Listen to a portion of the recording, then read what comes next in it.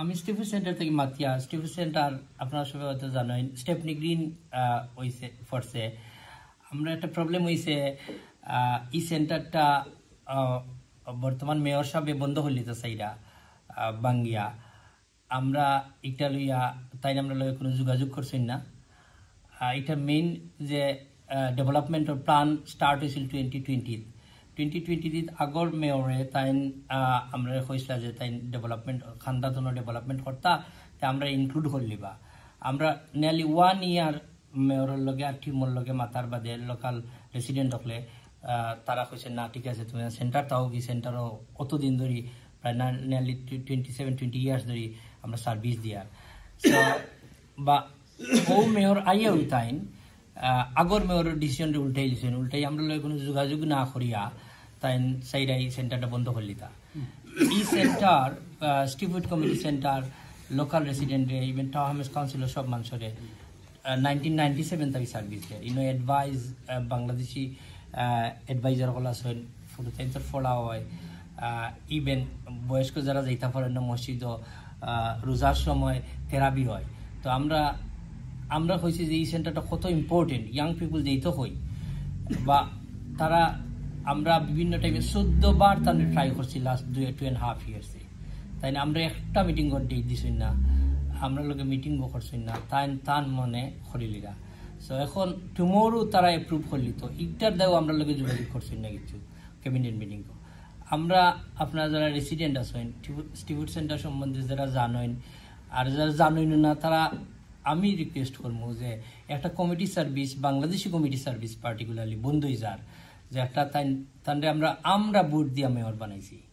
So আমরার বুটে তাই মেয়র হয়েছেন আর আমরার সার্ভিসে তাই বন্ধ করে এটা আমরা রিকোয়েস্ট করবো আপনারা আইতা টুমোরো আইয়া 6 o'clock টাউন হলো আমরা যাইমু আর সব রেসিডেন্ট যাইবা আমরা গিয়া হইতাম যে এই সার্ভিস আমরা দরকার কারণ আমরা বাচ্চা কাচ্চা হয়ে যাইব আমরা বয়স্ক মানুষ যারা অ্যাডভাইজর দরকার তারা যাইব কই যারা এডুকেশনের দরকার এরা যাইব কই। সো আমরা রিকোয়েস্ট থাকবো আপনারা খাইলকা আউকা আইয়া আমরা সাপোর্ট করোকা। স্টিফুড সেন্টারে এখানে অনেক বয়স্ক মহিলারা আসেন যারা অন্য জায়গায় যেতে পারে না কারণ এটা তাদের জন্য খুব কনভিনিয়েন্ট। তারা ইচ্ছা করলে এখানে আসতে পারে এবং এখানে যে সার্ভিসগুলি আছে এখানে যেমন এক্সারসাইজ ক্লাস হয়, এখানে আগে মহিলাদের জন্য খাবারের ব্যবস্থা ছিল।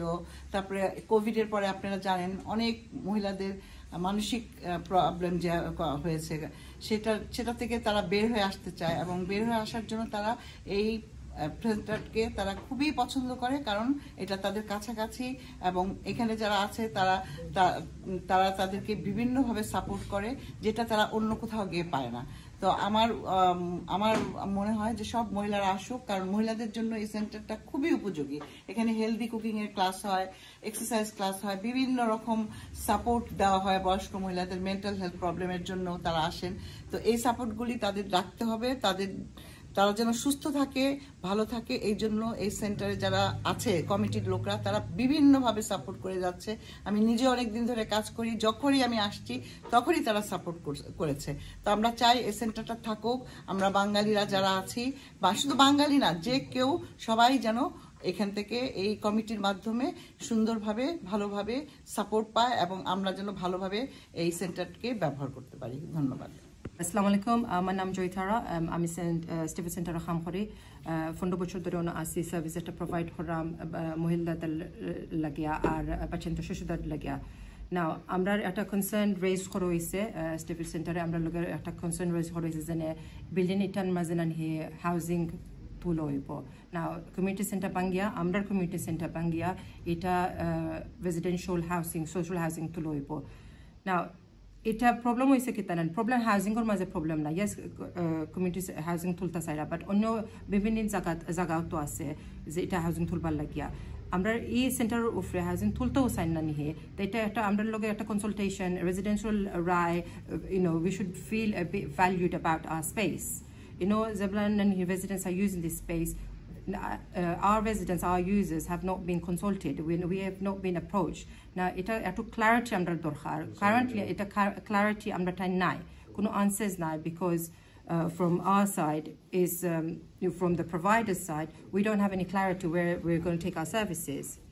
So just to urge everybody, if you can join us in support, to go to the town hall, to talk to the developers who's put in this proposal regarding our community centre, well, your community centre, and where does that leave us? This is the answer we need, and these a few other clarities. And the only people that can actually support us in doing that is our local residents who use the service in Stifford Centre.